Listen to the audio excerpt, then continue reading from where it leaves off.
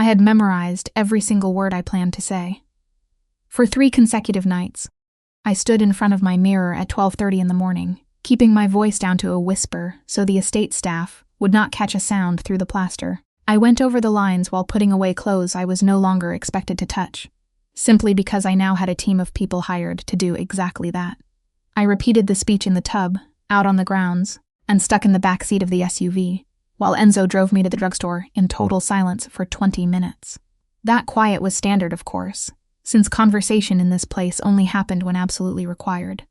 I am letting you go, Julian. That is all this means. I am letting you go. The documents rested inside a beige envelope, perfectly printed and officially binding. I had discreetly acquired them from a lawyer on the outskirts of town, a man whose business card I had discovered hidden deep in my late father's office. I kept it a total secret. I even used an old coin-operated public phone to make the call. They were rare these days, but my education over the past 13 months had taught me to find them. Living on the margins of Julian Falcone's empire meant figuring out how to make your words vanish before they could be weaponized against you. That dark education was exactly what broke my spirit, the gradual, suffocating realization of what surviving in this environment actually required. Now, it was 11:42 on a Thursday night, and I was pacing down the grand hallway of the Falcone property. I held the envelope tightly against my heart with both hands, clutching it as if the pages might suddenly try to run away. The house was enormous and mostly dark at this hour. Marble floors, ceilings so high the chandeliers hung in shadow. It had never felt like mine, not once in 13 months, and I had stopped trying to make it so around month 4, when I finally understood that this marriage was a transaction, and transactions did not require nesting. Light bled under the study door. He was always there late. I did not know everything he did in that room. I had learned not to ask questions I did not want answered, but I knew it involved calls that lasted hours, documents that traveled by private courier, and men who arrived in expensive suits and left looking slightly smaller than when they had arrived. Julian Falcone had a way of making rooms feel like they had been waiting for him specifically, like the dimensions of any given space quietly rearranged themselves to accommodate the gravity of him. I knocked twice, not because I was being polite, because I was giving myself 2 more seconds to turn around. "Come in." His voice was the same at midnight as it was at noon, even unhurried, like everything that mattered had already been accounted for and time was just a formality. I opened the door. He was at the desk, dark wood, enormous, covered in papers that he managed to make look organized. He had his jacket off, hanging on the back of his chair, sleeves rolled to his elbows, dark hair, silver just beginning at his temples, sharp jaw, eyes that were a specific shade of gray that I had never seen on another human being. The kind of gray that happened in skies before bad weather. He looked up when I entered, and his expression did not change because it never changed. But something in those eyes did. A slight adjustment, attention fully given, Clara. Not a question, not surprise, just my name placed down like a card. I stopped, my rehearsal evaporated. "I have something for you." I walked to the desk, my heels were quiet on the Persian rug. I set the envelope down in front of him and stepped back like I had handed him a lit match and needed the distance. He looked at it, then at me. Then he picked it up, and I watched his hands, careful, precise hands, the kind of hands that had done things I preferred not to know about, as he opened the flap and slid the papers out. He read the whole thing, every page, every legal clause, every carefully worded statement about the dissolution of our marriage. I had expected him to stop at the first paragraph, to look up, to say something. He did not. He turned each page slowly and read, and I stood with my arms wrapped around my own waist and watched him. And the silence in that room was the loudest thing I had experienced in 13 months. "I had them prepared by someone independent," I said because I could not stand the quiet anymore. I didn't include anything about assets. I don't want anything. I left the financial section blank because I don't think that's right. I'm not trying to. I stopped, started again. "I just thought it was time for you. I thought you deserved to, I don't know, to have things be easier." He turned the last page. He set it down flat on the desk. He looked at me for a long, terrible moment that I could not interpret, and I felt myself filling with the specific anxiety of someone who has just confessed something and is waiting to find out whether it was received as gift or grenade. Then he picked up the papers and he tore them, not furiously, not with rage. He tore them the way you would tear something you had already decided on with deliberate measured force. And the sound, that clean ripping sound, went through me like cold water. He tore them in half, then quarters. He set the pieces on the edge of his desk like they were something that no longer required his attention. Then he stood. He came around the desk. I did not move. I do not think my body remembered how, and he stopped in front of me, closer than he had been in months. He was tall, and I had to look up, and I could smell the faint trace of the evening still on him. Something dark and expensive. He did not say anything. He reached up slowly, and put one hand at the back of my head, and he pulled me forward, and he held me against his chest with the kind of steadiness that I had been pretending I did not need for 13 months. My hands were caught between us, still folded. I did not know what to do with them. "Julian, don't." His voice was quiet even still, but there was something underneath it, something pressed down and controlled that I had never heard before. "Don't explain it again." I didn't. We stood there in the middle of his study, with the pieces of my papers on the corner of his desk, and I could hear my own heartbeat, and I could feel his through his shirt, and neither of us moved for a very long time. I did not understand it. I did not understand any of it. I had walked into that room trying to set him free, and somehow he had made me feel like I was the one who had just been uncaged. I thought about pulling back. I thought about saying something practical, something that would return us to the careful distance we had maintained. But his hand was warm at the back of my head, and the room was quiet, and I was very, very tired of all the pretending. So I stayed. For the first time in 13 months, I just stayed. My father was a man who believed in handshakes. He believed that a man's word given clearly and witnessed by the air between two people was more binding than any document. He told me this when I was 7, when I was 12, when I was 19, and leaving for university. He believed it with the kind of certainty that made it sound like gospel, and not, as I eventually understood, the quiet philosophy of a man who had shaken hands with the wrong people and was slowly being swallowed by it. His name was Arthur Vance. He had run a mid-level import business out of a converted warehouse in the Port District. Shipping manifests, customs brokers, a small network of trucks and drivers and logistics men he had since he was young. For most of my childhood, it was enough. We weren't wealthy, but we weren't afraid. The house was warm. There was always food. He took me to the cinema on Sundays. What I didn't know until he was already sick, when the hospital had become our second home, and the doctor spoke to me in the hallway because he couldn't hear their honesty, was that the import business had been absorbing money that didn't belong to him for years. Not stolen, exactly. Borrowed, he called it once in a morphine-soft moment when his guard had come down. I borrowed, Clara. I always meant to return it. The people he had borrowed from were the Falcone family. Not borrowed by the time I understood the full picture, owed 3 years of growing debt and missed installments, and favors done in exchange for patience. By the time my father died, 4 months after the diagnosis, faster than anyone expected, the number attached to our family name was substantial enough that it had a physical weight. I was 23 years old, and I had a degree in graphic design, and a small portfolio of work, and a flat in the city I had been renting for 11 months. And I received a phone call from a man who told me very politely that he represented certain interests, and that there was a matter that required my attention. I almost ignored it. I didn't because something in his tone reminded me of my father, not of the man he was at his best, but of the man he became in those last months, when he looked at me with an apology in his eyes that he never quite said out loud. The meeting was held in a private dining room of a restaurant I would never have gone to on my own. There were 2 men at the table when I arrived. One I would come to know as Rocco, Julian's second, a compact man with a pleasant face and unpleasant eyes. The other was Julian Falcone himself. I had not expected him to be there. I had not expected him to be what he was. I had formed a vague image during the drive over, older, softer, the kind of man who accumulated debts at a distance and collected them through intermediaries. The man who stood when I entered the room was none of that. He was 31 then, composed and quietly watchful, and the restaurant seemed to understand that he was the most significant thing in it. He explained the situation with the directness of someone who considered dishonesty a waste of time. The debt, the options. None of the options were good.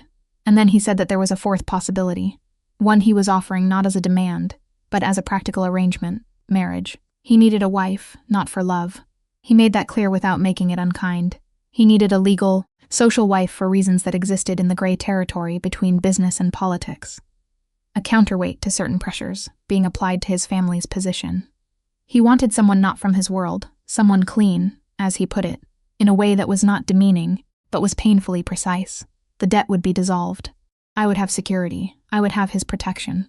The arrangement could be revisited in 2 years if either of us desired otherwise. I said no. I drove home and sat in my small flat and cried for an hour. Then I thought about the alternative. I thought about what 3 men in the hallway of the hospital had said to my father when they thought I wasn't listening. I thought about the word collected and what it meant in a language where hands shook to seal the wrong kind of deal. I called the number they had left. The wedding was small and legal, and happened on a gray morning in November, 13 months before I walked into his study with those papers. There were no flowers. There was a brief lunch at the restaurant where we had first met, attended by Rocco and one of Julian's aunts, who patted my hand and said nothing. I wore a cream dress I had bought from a department store rack.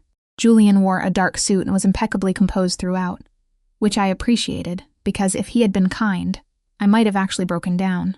And then I moved into the estate, and the careful distance began. He was not cruel. That was the thing that complicated my understanding of everything. He was not cold, exactly. Cold implied indifference, and Julian was never indifferent. He was contained. He was present in the house, but occupied in a way that left little room for anything that wasn't essential. He had his world, and it was enormous and demanding and dangerous. And I had mine, which consisted of the East Wing guest suite, a studio he had set up for my design work, a garden I walked in when the anxiety got too big for walls, and the slow, painful education of learning to live beside someone without knowing them. He always knew where I was, not intrusively. I wouldn't find out until later exactly how he managed this. But there was never a moment in those 13 months when something in his attention wasn't turned in my direction. I just didn't understand it then. I thought it was management. I thought it was the careful administration of his investment. I thought I was a problem that had been solved and filed. The night I brought him those papers, I had been thinking about his freedom for 3 weeks. I had watched him in a conversation with a man named Mancuso, a political contact, large hands, small eyes, the kind of man who laughed to fill rooms. And Mancuso had said something about domestic complications, and looked directly at me. And something had moved across Julian's face that I had never seen before. Not anger, not embarrassment, something quieter, something that looked briefly like pain. I had decided, then I had borrowed his name and worn his ring, and lived inside the protection of his world for 13 months, without contributing anything. And the least I could do was give him back the option to have a life that wasn't weighted by my presence, a real life, whatever that looked like for a man like him. I hadn't accounted for him tearing the papers apart. I hadn't accounted for the way his hand felt at the back of my head, or the way I'd had to bite the inside of my cheek to keep from making any sound at all. I didn't sleep that night. I lay in the guest suite, my room, still the guest suite after 13 months. And I stared at the ceiling, and I tried very hard to understand what had changed and what it meant, and whether I was a fool for feeling something warm, where I had spent an entire year cultivating careful emptiness. I decided I probably was. I decided I should be more careful. I decided this at 3 a.m, and by 4 I had completely failed at it, and I lay there in the dark with his heartbeat still remembered in my sternum, and I was afraid not of him, of what I was becoming quietly in this house, with its marble floors, and its silences and its man at the center, who had just torn apart the only exit I had built. The next morning arrived with the indifference of weather. I dressed carefully. I had learned early that in this house being seen mattered in ways I didn't fully control, so I tried to appear composed even when I wasn't, which was most of the time. Gray trousers, a pale blouse, hair pulled back. I looked in the mirror like someone attempting to take up as little space as possible while still technically existing. Breakfast was usually solitary for me. Julian was gone early and back late, and the kitchen staff were professional and warm in a distant way, and I ate my toast and my coffee at the small table by the garden window, and read or scrolled my phone, or simply watched the morning happen. It was a routine I had made my own through repetition, and the quiet persistence of someone who had no better option. But when I came downstairs that morning, Julian was still there. He was at the long dining table, documents spread around him, a second coffee halfway through. He looked up when I entered. He did not say good morning. He watched me cross to the kitchen doorway, watched me come back with my coffee, and then he pulled out the chair to his left, not across from him, to his left, which was proximity he had never offered before, and said nothing, which was somehow louder than an invitation. I sat. We ate in silence. His silence, though, felt different from the silence of every other morning. It wasn't the silence of two people who had nothing to say.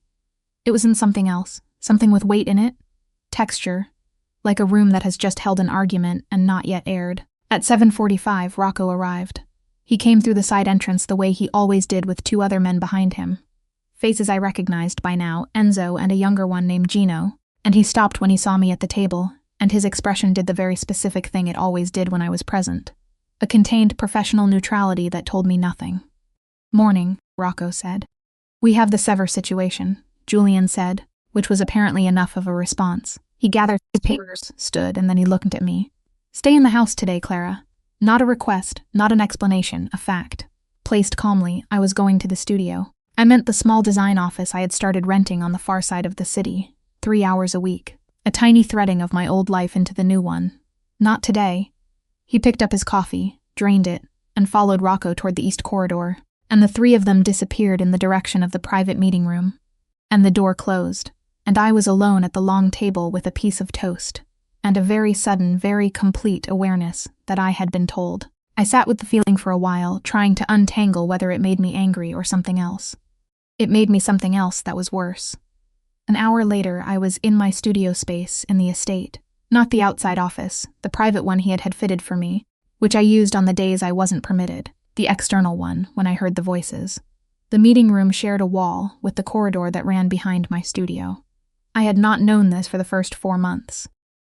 I had discovered it by accident on a night when I couldn't sleep, and walked the house at 2 a.m, and heard a voice coming through the plaster that made me press myself flat against the wall and stop breathing. I didn't listen in on purpose, but the wall was thin and the voices were not quiet. And when you have been living in a house of careful silence for over a year, sound carries, meaning the way water carries cold. Rocco was speaking. "The Rossetti people were at the port last night, 3rd time this month. They're not buying. I know if they're moving on the Sever contracts. They're not moving on the contracts." Julian's voice even. I could picture him standing at the window that faced the rear garden, which is where he always stood in that room. "They're moving on something else." A pause. "The girl," Rocco said carefully. "Clara, silence. They've been watching the estate perimeter twice a week for 6 weeks," Rocco continued. "The external drop points are inconsistent. They know about the marriage. Everyone knows about the marriage. They know she's not from our world, that she has no protection of her own." Another pause, longer, the kind that preceded decisions.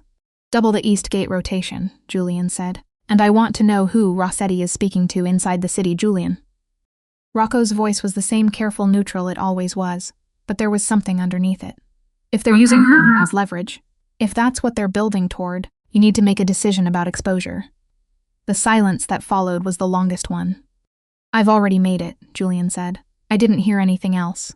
I stepped back from the wall and sat down on my studio floor, which I had never done before. I sat there for quite a long time with my back against the wall, and my knees pulled up and my design tablet forgotten on the table, and I understood several things in quick, cold succession. The first thing I understood was that I was in danger. Not the theoretical kind I had been keeping at the edges of my awareness for 13 months, the specific named organized kind. There was a family called the Rossettis, and they were watching me, and they had been doing it for 6 weeks, and I had not known. The second thing I understood was that Julian had known. The third thing, and this one took the longest to settle, this one I turned over and over on that studio floor, like a sister.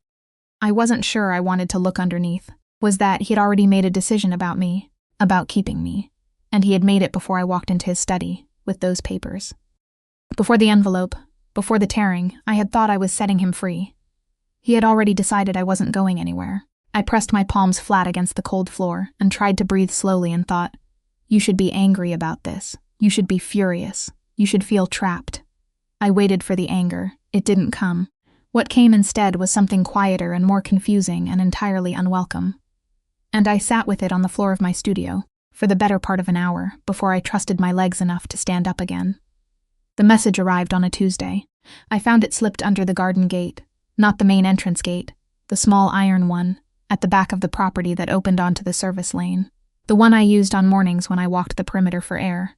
The envelope was cream-colored, plain, my name written on the front in careful, unfamiliar handwriting. Clara, not Mrs. Falcone, not a formal address, just my first name written by someone who knew me as a person and not a position. I stood in the garden with the morning still soft around me, dew on the hedges, the smell of someone's breakfast coming from the kitchen. And I looked at that envelope for a long time before I opened it.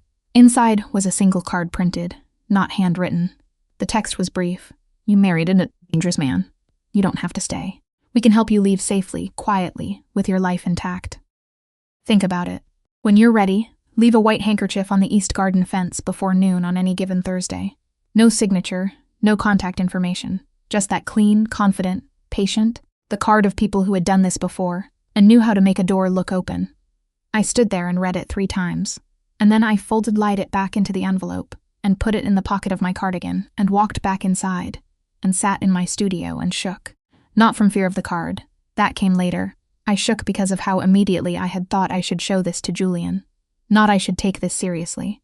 Not this is my exit finally. Not someone is offering help. My first thought had been him, wanting to give it to him. And that told me something about the past 13 months. That I had been very carefully not admitting to myself. I didn't show him the card that day. I didn't know why exactly. Partly because I needed to think. Partly because the card had a logic to it. You married a dangerous man that I couldn't simply dismiss. I had married a dangerous man. I knew that. I had known it on the morning in November when I signed my name next to his and thought, "What have you done, Clara Vance?" But I had also on the floor of my studio understood something about the way he'd said I've already made it, and I was trying to figure out what those 2 things meant when placed together. I spent the week living with the card in my cardigan pocket. It traveled with me the way guilt travels, present and quiet, and occasionally taking up too much room. On Friday, Julian found me in the east garden after dinner. He came through the side door and crossed the lawn in that unhurried way he had, hands in his trouser pockets, and he stopped beside the bench where I was sitting with my knees together, and my hands in my lap, and the card in my pocket, and a feeling like every wrong choice I had ever made was queuing politely to announce itself. "You've been quiet," he said. "I'm often quiet." I looked at him. The evening light made his eyes darker than usual, more charcoal than silver. "Not this quiet," I almost told him. The card was right there, a fold of paper, nothing, and I almost reached into my pocket and handed it over, and let him do whatever he did with threats, because he was clearly better equipped than I was. Instead, I said, I was thinking about my father, which was also true. So it was only half a lie which I told myself as I watched something in his expression open briefly and then close. What about him? Whether he knew. I looked at my hands. What he was doing when he started. Whether he understood where it led. A pause. He sat down beside me on the bench, which he had never done before, close enough that I could feel the warmth coming off him in the cooling air. He knew enough, Julian said, quiet, not unkind. Men like your father, they always know enough. It's the rest of it they find ways not to see. That sounds like a criticism. It's not, it's just what it was. He looked at the garden. He was trying to protect you. He just ran out of road before he could. I didn't speak for a moment. And you? I asked. Are you trying to protect me? He turned to look at me slow, and that look, unhurried, complete. Like he had all the time in existence and was choosing to spend it on my face. Undid about 6 weeks of careful construction inside my chest. Yes, he said. No elaboration. No warmth or chill in it. Just the word placed down the way he placed everything, like a fact that had already been settled and did not require commentary. I nodded. I looked back at the garden. I thought about the white handkerchief in the cream envelope and the door that someone was holding open. I thought about what it meant to trust someone, in a world where trust was the most expensive currency. I didn't take out the card, but I should have. I should have taken it out right then on that bench, in that quiet evening, while he was sitting close enough that our arms were almost touching. I should have put it in his hand and let him read it, and let him handle it, because that was what he did. He handled the things that tried to harm me carefully, completely before they could grow. I didn't. I left it in my pocket, and that mistake would cost us both before it was over. He told me we were leaving on a Sunday evening. No warning, no extended explanation. Rocco was in the hallway when I came downstairs, and there were bags, my bags already packed by someone, which startled me, lined up beside the front door, and Julian came out of the study with his coat on and said, "We're going to the Blackwood property, tonight." For how long? As long as necessary. I opened my mouth. "Pack anything from the studio you need." He looked at me steadily. "We leave in an hour." Rocco drove us in a car that was not the usual car, larger, darker, windows tinted to opacity. There was a second vehicle behind us that I couldn't see clearly. Gino was in the front. No one explained anything, and I sat beside Julian in the back and watched the city give way to motorway, give way to countryside, and tried to talk myself into asking what was happening. "The Rossettas made a move," Julian said at mile 14, unprompted. I went very still. Nothing direct, he continued. But direct enough that I want you off site. He looked forward, not at me. The Blackwood property is outside their operational network. Smaller footprint, easier to manage. What kind of move? A beat. The kind that requires us to change arrangements. I thought of the card in my old cardigan pocket, left behind, now in the room I had packed in 40 minutes. I thought about the neat, careful text. We can help you leave. I thought about how the Rossettis, whoever they were, had known my name was just Clara. How long have you known they were watching me? I asked. He was quiet for a moment. Since they started. That was 6 weeks ago. Yes, I turned to look at him. In the dark of the car, his profile was cut from something severe, jaw and cheekbone, and the line of his throat composed and forward-facing. And you didn't tell me. No. Why? He turned to look at me then, and in the darkness of the moving car, something crossed his face that wasn't his usual composure.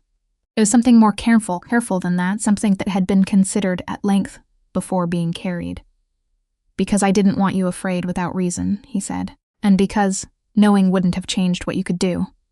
I could have been careful. You're not trained for this kind of careful. That should have made me angry. The condescension of it, the quiet assumption that I was too small for my own information. And maybe it did make me angry, a thin, clean thread of it beneath the other things. But the other things were louder, and one of them was this. He had been watching a threat build for 6 weeks and had said nothing to me because he did not want me afraid, and I didn't entirely know what to do with that. The Blackwood property was 2 hours outside the city. It announced itself through a long iron gate and a private road lined with old trees, and when it came into view, it was a low stone manor house, smaller than the estate, darker in color, surrounded by grounds that fell away toward a lake on 3 sides. It looked like the kind of house that had been built with privacy as its primary architectural principle.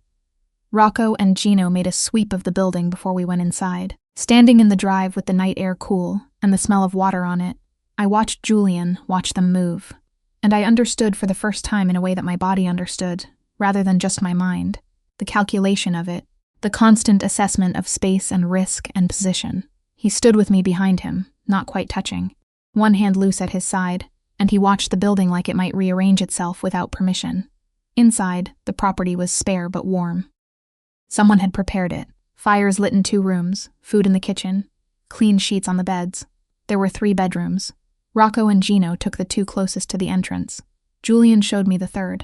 It was at the end of the upstairs corridor, large windows overlooking the lake, a writing desk, a bed with heavy linens. He put my bag on the chair. He opened the window an inch because I had told him once early on that I couldn't sleep in sealed rooms, and the fact that he had remembered and acted on it without being asked made me press my nails into my palm. The locks on the windows are bolted from inside, he said. Don't open them past this point. Okay. He moved toward the door. Julian, he stopped. I didn't know why I'd said it. I turned it over for a second, the reason I'd reached for his name, and found something I wasn't ready to examine closely. Is Rocco staying both nights? Something flickered. Yes, and you'll be here. You're not leaving again for the city. Another pause. Longer.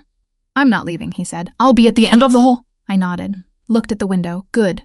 Good, I said quietly, which was more honest than I'd intended. He left. I heard his footsteps down the hall, unhurried as everything he did, and I sat on the bed in the spare stone room, with the lake visible in darkness beyond the glass, and tried to have a measured, rational relationship with the fact that I was glad he was staying. In the days that followed, we existed at a reduced distance. There was nowhere to retreat to in the Blackwood house. No long corridors, no separate wings. We ate at the same small table because there was only one table. We walked the grounds in the mornings, first separately, then by the 3rd day together, which happened without discussion, which was how most of the important things happened between us. He pointed out the names of trees he knew from his childhood summers in the countryside, which was such an unexpectedly ordinary thing that I'd had to look away. He asked me once what I'd been working on in my studio before the move, and I told him about the brand project I'd been developing, a small music label, nothing significant, and he listened the way he did everything completely without interruption, and asked 2 questions that were intelligent enough to embarrass me, because I hadn't expected intelligence there. Hadn't expected interest. Hadn't expected him to be curious about the ordinary architecture of my work life. The evenings were harder. We were inside, and there was only the sitting room with its fire, and whatever he was working on was spread on the low table, and I was sketching on my tablet, and we didn't talk much, but the silence had changed. It wasn't the silence of two people maintaining careful distance. The silence of two peoples who had stopped needing to maintain in it quite so hard and weren't sure what to do next. On the fourth night, he fell asleep in the armchair. I saw it happen, the slow lowering of his defenses, the way his hand with the document in it relaxed and the pages slid, the measured evenness of his face going truly quiet for the first time I had ever seen. He looked younger. He looked briefly like a person rather than a system. I should have woken him and told him to go to bed. I covered him with the throw blanket from the sofa instead, and then I went to bed and I lay in the Lakeview room and stared at the ceiling and let myself feel all the things I'd been managing at careful arm's length, and I was very thoroughly terrified by most of them. By the 6th day, I missed my friend. Her name was Maya. We had been friends since university. She'd studied journalism. I'd studied design. We'd shared a flat for 2 years and argued about washing up, and knew each other the way only people who have been truly inconvenient to each other can. When I married Julian, Maya had been the only person I'd told. And she had sat with me in my flat the night before the wedding and not tried to talk me out of it, just said, "You'll call me," with the ferocity of someone making a demand disguised as a statement. I had called her occasionally, carefully, from the estate phone that Julian's staff had told me, politely on my 3rd day in residence, was private and secure. Secure, I had understood, meaning monitored. So, I had eventually moved to calling from my mobile, which I had told myself was private, which I had mostly believed. I had not called Maya since the Blackwood move. There was something in the intensity of the relocation, the urgency of Rocco's sweeps, the careful window locks, Julian's watchfulness that had made me understand at a body level that something of it was genuinely wrong, and for 5 days I had been disciplined. On day 6, I broke. It was afternoon. Julian was in the back study doing whatever he did. Rocco had driven to town for supplies. Gino was at the perimeter. I was alone in the sitting room, and I was lonelier than I had allowed myself to acknowledge, and I was scared. Not the sharp, immediate kind, but the low, chronic kind that had been building since the garden gate and the cream envelope and all the things I hadn't told him. And I called Maya. She answered on the 2nd ring with Clara. "Oh my God, where are you? I'm fine," I said too quickly. "I'm okay. I'm somewhere outside the city for a bit. I can't explain, but I'm fine." "You sound like you're not fine. I don't know. Things are complicated with him, with everything." I pressed my hand against my forehead. I tried to give him divorce papers and he tore them up. A long silence. He tore them into pieces. Clara. Maya's voice had a texture to it now. That's either very romantic or very alarming. "I know. Which is it? I genuinely don't know. We talked for 11 minutes. I know because I watched the call timer on my screen, telling myself I would stop at 10, and then at 11, and then cutting it off myself, with a sharpness that surprised Maya because something had moved in the house. A door, a footstep, and I felt suddenly viscerally guilty in a way I couldn't articulate. I needn't have bothered cutting it off. The damage was already done. I wouldn't understand this for another 48 hours when Rocco came back from the perimeter, at 9 in the evening, with a different energy to him. And he spoke quietly to Julian in the kitchen, and I watched from the hallway as Julian went still in a way I had never seen before. Not the controlled stillness of his normal composure, but the specific stillness of a man receiving information that cost him. He turned and saw me. "Come in here," he said. I came in. Rocco left. The kitchen was quiet, the overhead light warm, the lake invisible through the dark window. Julian stood with his hands flat on the counter and looked at me, and I had never felt so clearly known by a look in my life. "Your phone call," he said. 2 days ago. How long did you speak?" Everything went cold. 11 minutes, I said. A muscle moved in his jaw. "Did you speak from inside this property?" "Yes." "From your mobile?" "Yes." He looked away to the window. "The Rosettas have a cell intercept network in this county. We knew about it. I should have taken your phone when we arrived." He exhaled once, controlled. "They have a triangulation from this cell zone." I felt sick. "They know where we are. They have a radius. They don't have the exact property yet." He looked back at me. "But they will within 12 hours. I didn't, Julian. I didn't think about it. I know. I just needed to hear someone. I just needed." I stopped. The word trusted had almost come out of my mouth, which would have been a small catastrophe given everything. "I know," he said again. Different this time. Less a judgment and more a weight he was carrying. "I know." I wanted to cry. I didn't because crying would have felt like making it about myself, and this was my mistake, and other people were going to pay for it. And that was a specific kind of horror that didn't reduce to tears. "What do we do?" I asked. "We move tomorrow at 5. Different property." He pushed off the counter and crossed to the doorway, and then he stopped. His back was to me. "Next time you need to speak to someone, come to me first."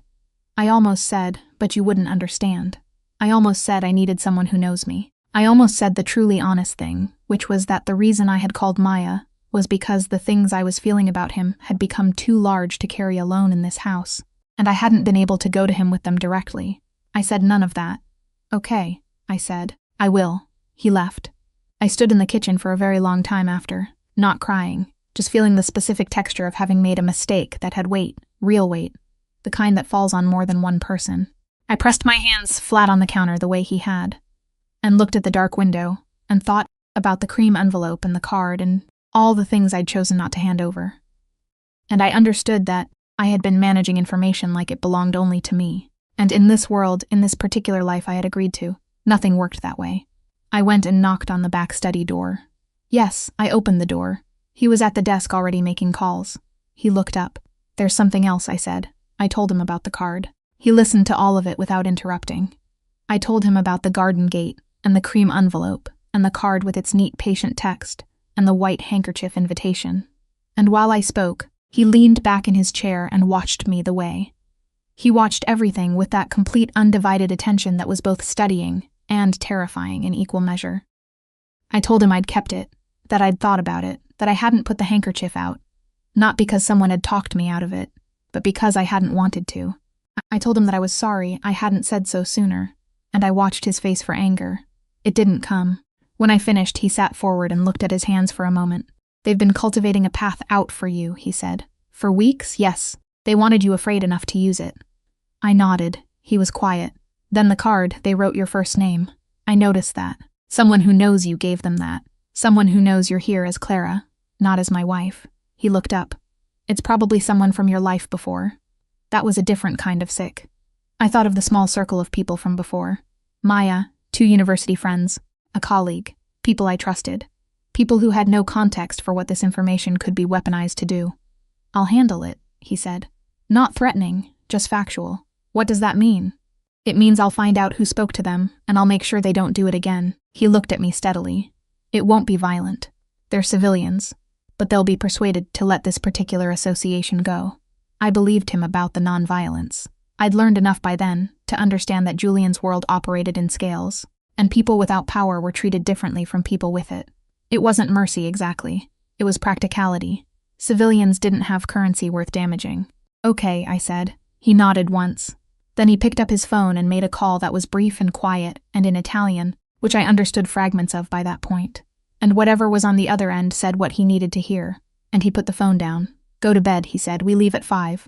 I turned to go. "Clara," I stopped. "You were right to tell me." A pause, both things.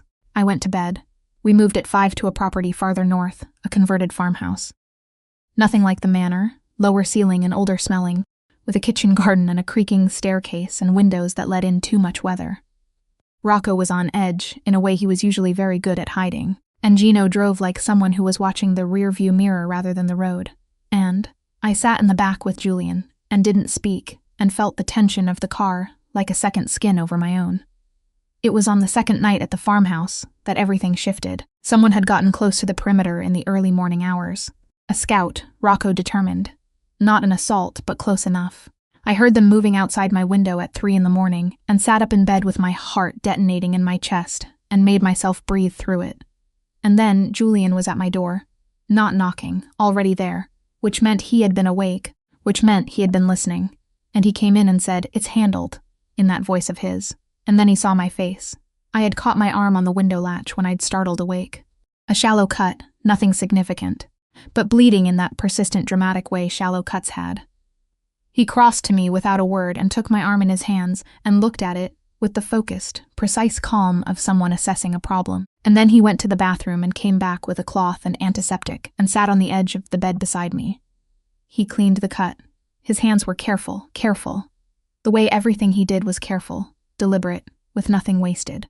I watched his face while he worked, the concentration of it, the fine lines at the corners of his eyes, and I was so exhausted and so frightened and so grateful to have him beside me that I stopped trying to manage any of it and just sat there.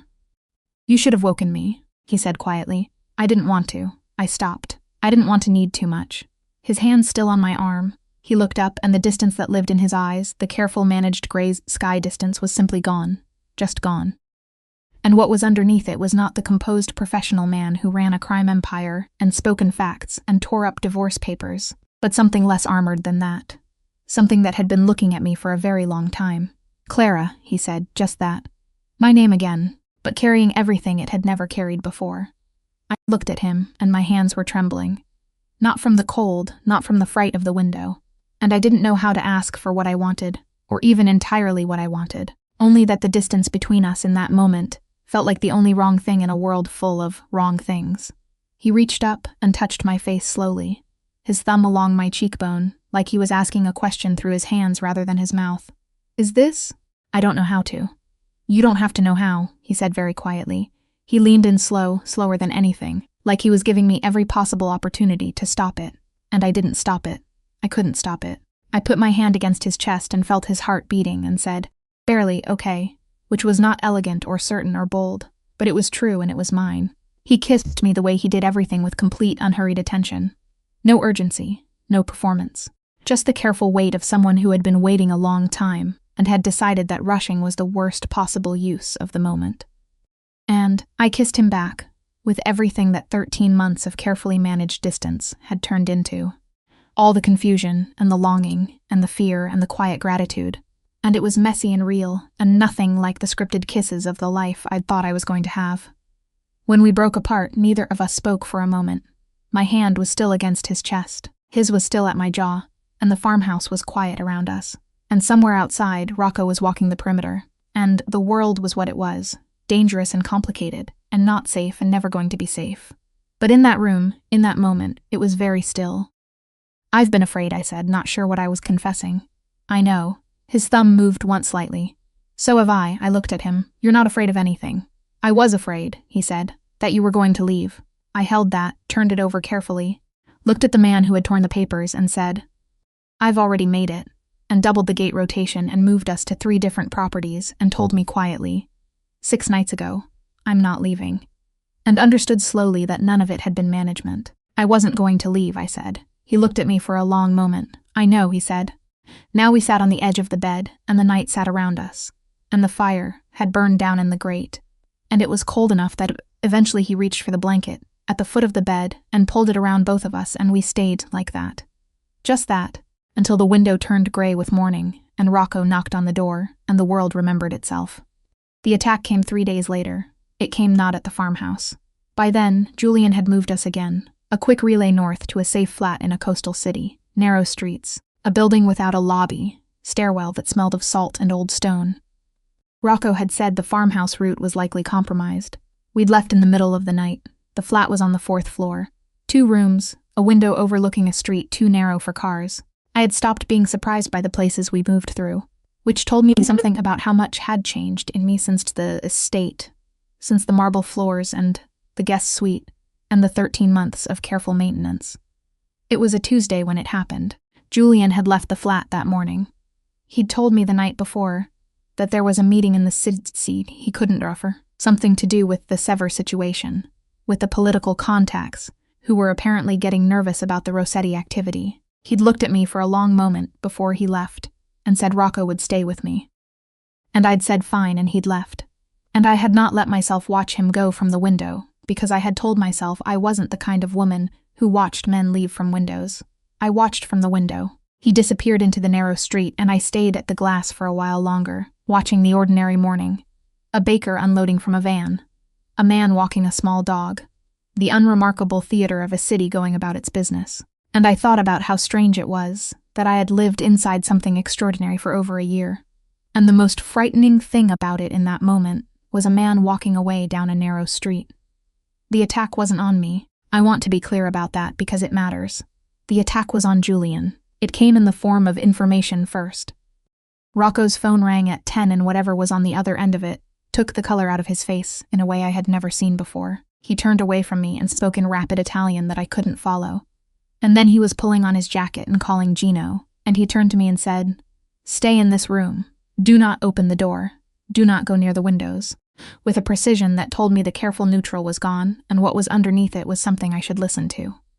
What happened? My voice was steady. I was surprised by that. There's been a situation with Julian's convoy. A pause. He was assessing how much to tell me. He's alive. I need to go to him. Alive. The word as reassurance is also the word that confirms the question. I pressed my hands together. Was he hurt? Rocco's face did something complicated. Go in the back room. Gino is on the door. He left. I went in the back room. I sat on the floor because the chair was too exposed to the window, and I'd remembered what he'd said once about elevation and sightlines in an offhand way that I hadn't understood was a lesson at the time. I sat on the floor with my back against the interior wall, and I thought about the word alive, and tried very hard to make it enough. The betrayal came out later, not from an enemy, not from the Rossettis directly, from inside. A man named Aldo, who had been with Julian's organization for 4 years, who had been on the payroll, who had been trusted with certain routing information, had been selling position data to the Rossettis for 3 months. The convoy had been hit at a junction that only Aldo had known about.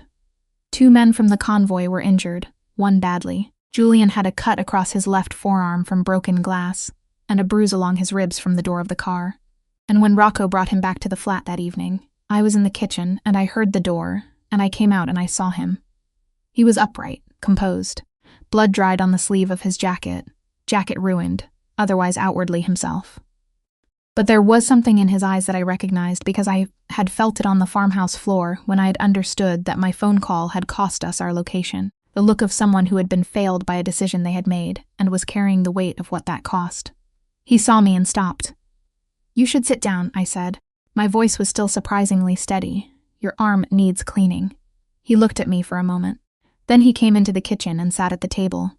And I got the first aid kit that Gino kept in the cabinet, and I cleaned the cut on his arm, the way he had cleaned mine on the farmhouse bed, and his sleeve was rolled up, and my hands were working, and neither of us spoke. Halfway through, I felt him watching my face. It wasn't your fault, he said. What happened today? I looked up. Aldo was in place before you called Maya. His voice was very even. The phone call narrowed a perimeter. This was already built. You don't have to. I'm not being kind, he said. I'm being accurate. You made one mistake. I made several. Aldo is mine. I held that for a moment, the acceptance of it. The way he took responsibility without theater, without self-flagellation, just as a statement of what was true. And I thought, this is what it looks like when competence costs emotional peace. It costs it quietly with a cut arm and dried blood on a ruined jacket, sitting in a kitchen in a coastal city, while someone who shouldn't love you tends to you. I finished cleaning the cut. I put the bandage on carefully. I left my hand on his arm after. Not intentionally, just I didn't move it. And he looked down at my hand and then up at my face. And something passed between us that was not romantic, not exactly, but was more intimate than anything that had come before. Because it was just true, just real, without distance or management, or the careful architecture of people who haven't decided yet. What happens to Aldo? I asked. A beat. He's already handled. I nodded. I thought about asking what that meant. I decided not to. Not because I was naive. I had long since stopped managing my naivety about this world, but because there are things you carry the knowledge of and things you don't, and I was choosing carefully now about what I picked up. Julian, I looked at him. Is it over? The Rossettis? Not yet. He turned his hand over on the table, his palm up, and I realized he was waiting for me to decide whether to take it. Soon, I put my hand in his. He gave me a choice. 3 days after Aldo, when the immediate aftermath had settled into the particular quiet that follows violence. Not peace exactly. More like the world holding its breath. Julian called me into the back room, where he'd been working, and he sat across from me with his hands on the table, and he told me what he'd arranged. A new identity, clean documents, a flat in a city in the north of France, that he had already purchased, furnished, set up with a 3-year financial cushion, a contact person, not connected to any family or network, someone who would check in monthly, a life modest and specific that I could disappear into, and never be reached. This is still on the table, he said. It doesn't close because of what happened between us. You need to know that it's still a real option. I looked at him. The cut on his arm was 3 days old now, beginning to close. The bruise on his ribs I hadn't seen but knew was there. He was composed and forward-facing, and was offering the door with a kind of steadiness that cost him something. I could see it costing him in the slight tightening around his jaw, in the way his hands lay very deliberately flat and still. Why are you telling me this? I asked. Because you came into this marriage for a reason that had nothing to do with love, and you should leave it, or stay in it for a reason that has nothing to do with fear. I was quiet for a long time. I thought about the France flat. I could picture it easily. I had an artist's imagination for interiors. Small, probably, good light, close to a market, a life that was mine alone, without marble floors or men who spoke Italian in corridors at 2 a.m, without the particular terror of watching someone important to you, come through a door with blood on their jacket. It would be safe. It would be quiet. It would also be, I understood, with a clarity I hadn't expected, profoundly empty. "What do you want?" I asked. Something moved in his face. He wasn't expecting that. "What I want is not the relevant variable. It is to me." A pause. The longest pause he had ever given anything. "I want you to stay," he said. "Quiet. Simple, but I want you to stay because you chose to. Not because you didn't know there was another option." I stood up. He watched me. I walked to the door, which was the logical direction, and I got my coat from the rack and I put it on, and I went downstairs and outside, into the salt-cold air of the street, and I walked. Gino materialized behind me, at a distance which I expected. And I didn't acknowledge it.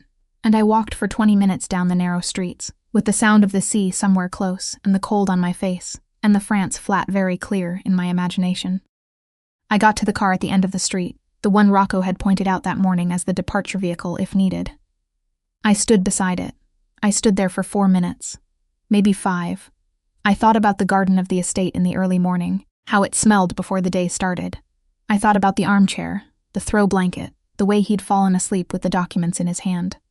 I thought about his voice saying, "So have I," in the dark of the farmhouse. I thought about the word alive, and what it had done to me when Rocco said it. I thought about a life in France with good light and a market nearby, and an emptiness I could feel right now from this street, like a room with no furniture. I turned around. Gino was behind me at the distance, hands in pockets, face patient and carefully non-expressive.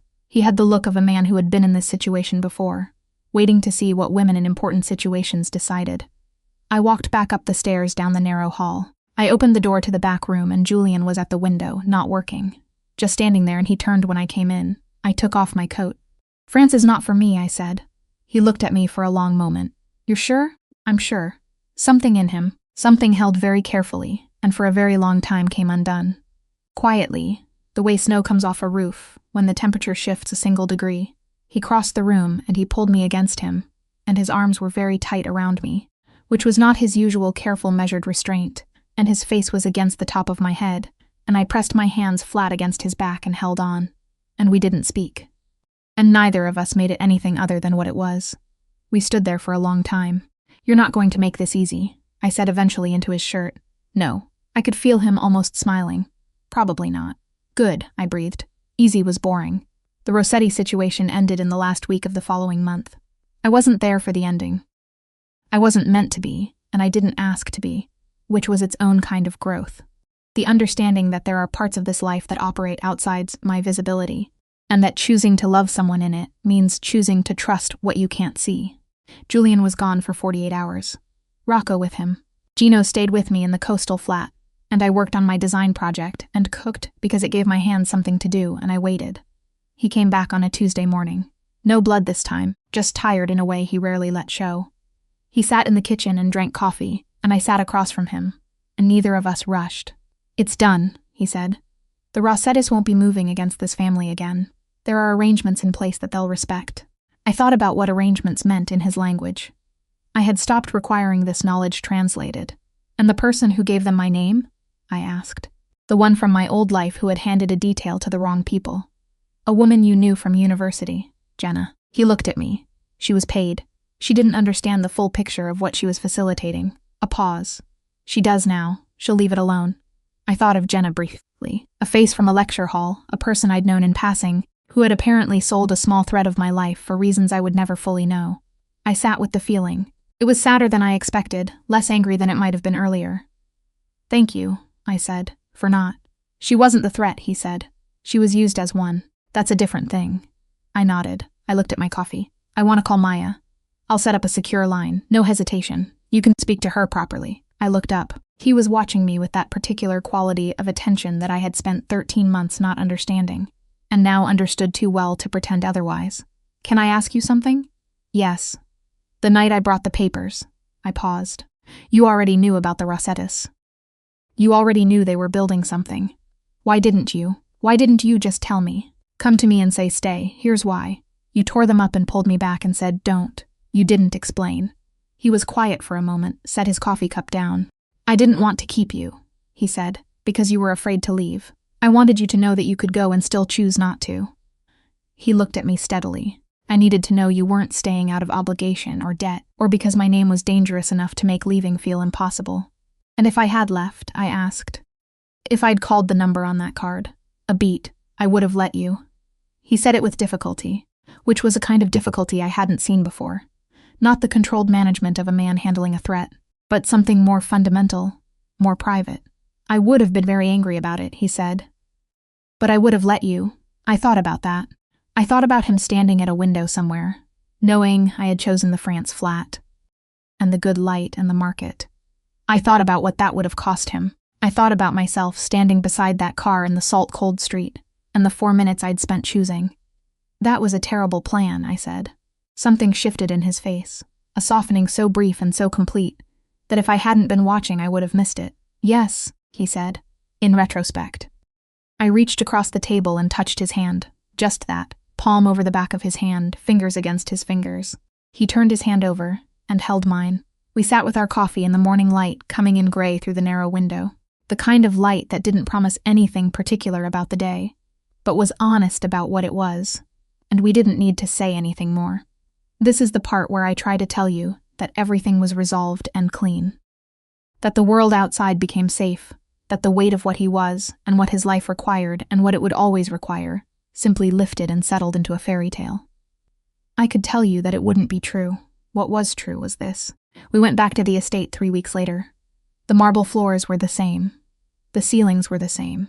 The long corridors and the high chandeliers and the study with the good Persian rug all the same. But I walked differently in them. I had the east garden room now, the one with the better light, and the view of the old oak.